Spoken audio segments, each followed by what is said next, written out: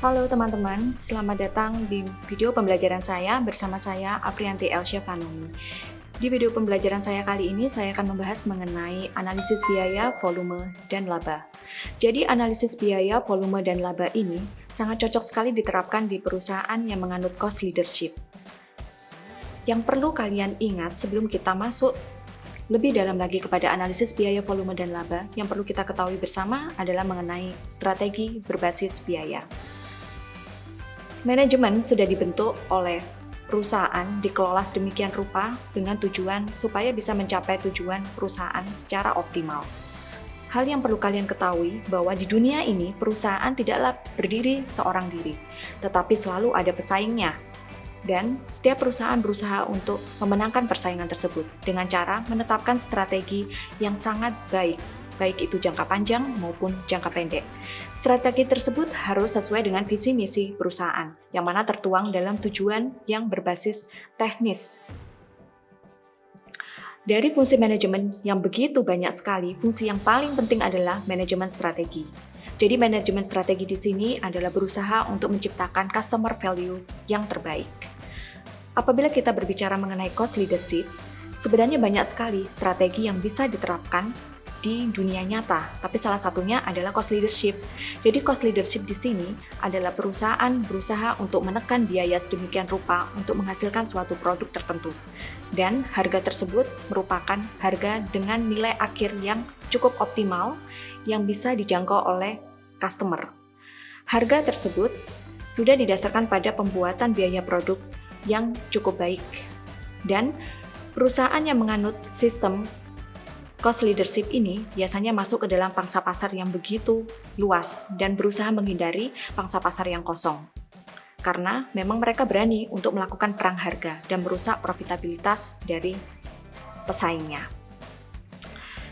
Perusahaan yang menganut cost leadership ini bisa menggunakan berbagai macam analisis, dan salah satunya adalah analisis yang saya gunakan di dalam pembelajaran kali ini, yaitu adalah analisis biaya, volume, dan laba.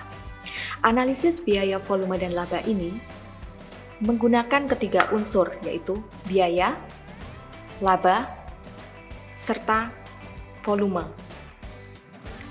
Namun, harus diingat kembali bahwa perusahaan harus betul-betul menyadari bahwa penting sekali perlakuan terhadap karakteristik biaya-biaya yang berbeda tersebut. Demikian saya akan menjelaskan lebih lanjut mengenai analisis biaya, volume, dan laba. Jadi biaya akan bergerak fluktuatif seiring berubahnya volume produksi ataupun volume penjualan. Begitu juga dengan laba. Laba juga akan dipengaruhi oleh nilai penjualan. Nilai penjualan berubah, maka laba juga akan mengalami perubahan. Namun hal yang paling penting yang perlu diketahui oleh banyak orang mengenai analisis biaya, volume, laba ini, seorang manajer akan sangat diuntungkan dalam hal ini, terutama dia bisa mendapatkan berbagai macam keputusan dari penggunaan penganalisaan ini. Seperti salah satunya adalah harga produk bisa ditentukan dari penganalisaan ini. Dan yang kedua adalah volume, tingkat aktivitas, serta biaya variabelnya dan juga biaya tetap totalnya, dan bauran produk yang dijual khusus untuk perusahaan yang menganut multi produk. Namun, ada asumsi yang perlu kita ketahui bersama ya teman-teman, yaitu yang pertama adalah harga produk dari produk tersebut harus sama dan biaya-biaya itu harus bersifat linear. Artinya biaya variabel dan juga biaya tetap itu harus sama dalam satu kurun periode akuntansi. Dan yang ketiga adalah nilai dari produksi atau jumlah produk yang diproduksi dengan jumlah produk yang dijual itu juga harus sama.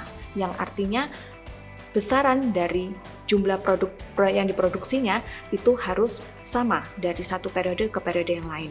Dan besaran dari bauran produk juga harus sama. Apabila salah satu dari beberapa asumsi yang saya sebutkan ini tidak bisa dipenuhi, maka analisa biaya, volume, dan laba akan mengalami sedikit kesulitan, sehingga harus perlu dilakukan adjustment. Lalu, pasti penasaran bagaimana caranya untuk bisa menentukan analisis biaya, volume, dan laba kan?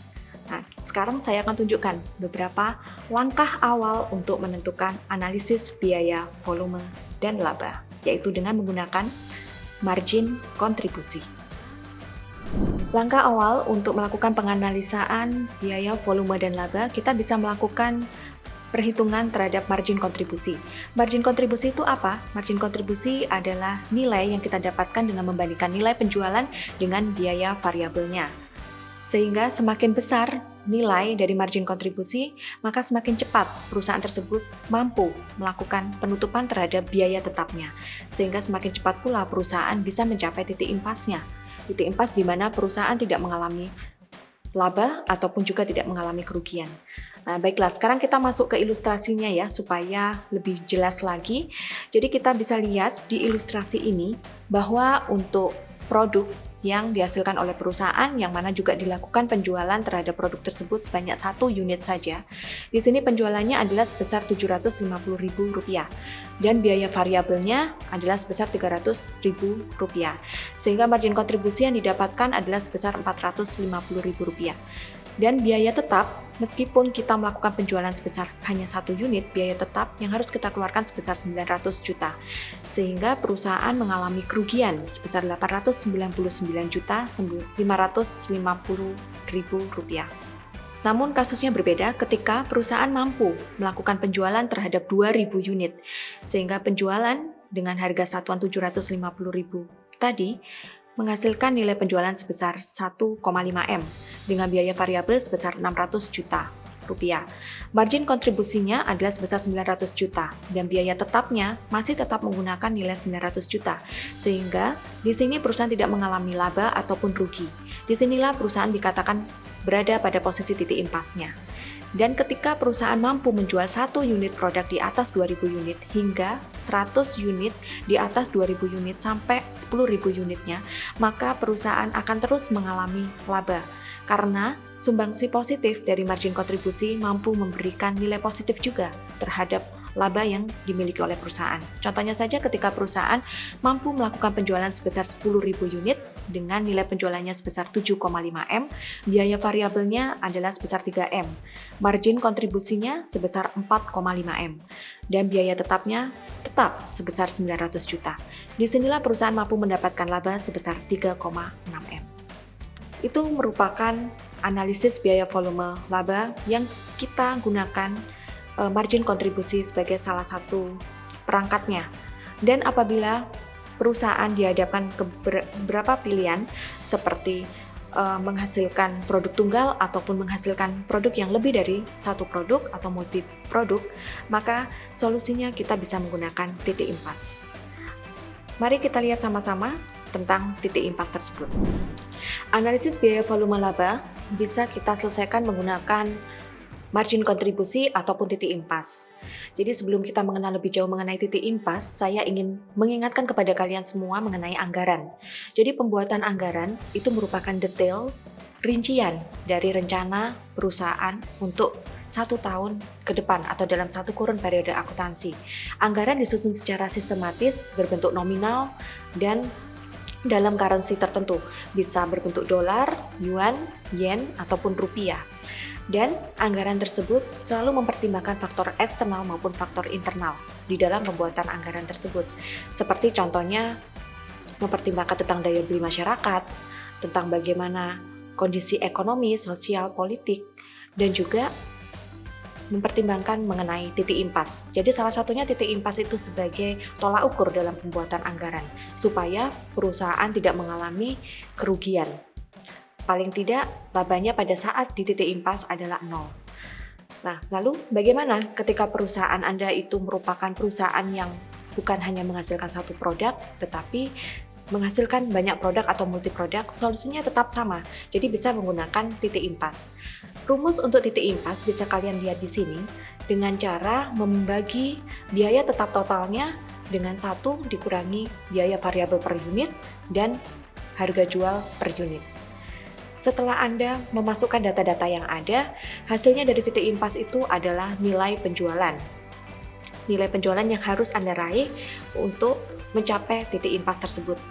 Dan apabila Anda menginginkan berapa unit yang harus dijual supaya perusahaan tidak mengalami kerugian, maka Anda harus membaginya titik impas dalam nilai uang ini dengan harga jual per unit produknya.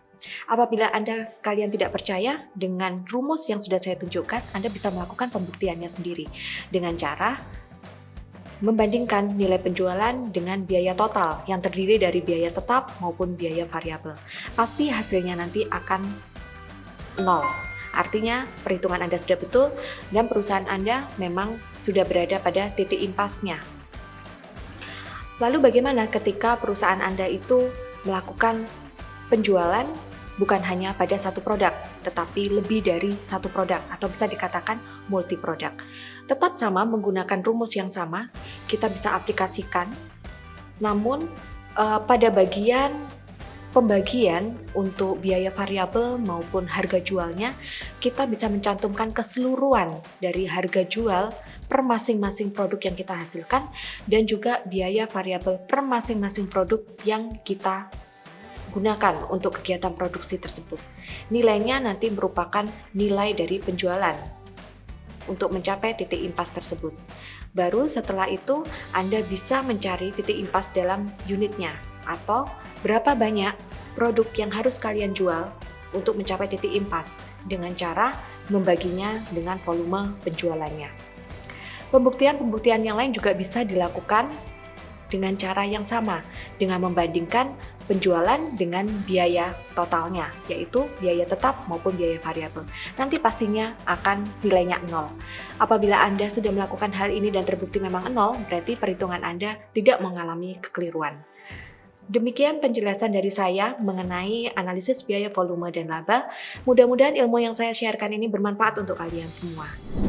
Sampai jumpa di video pembelajaran saya selanjutnya. Bersama saya, Afrianti L. Syapanomi. Bye-bye.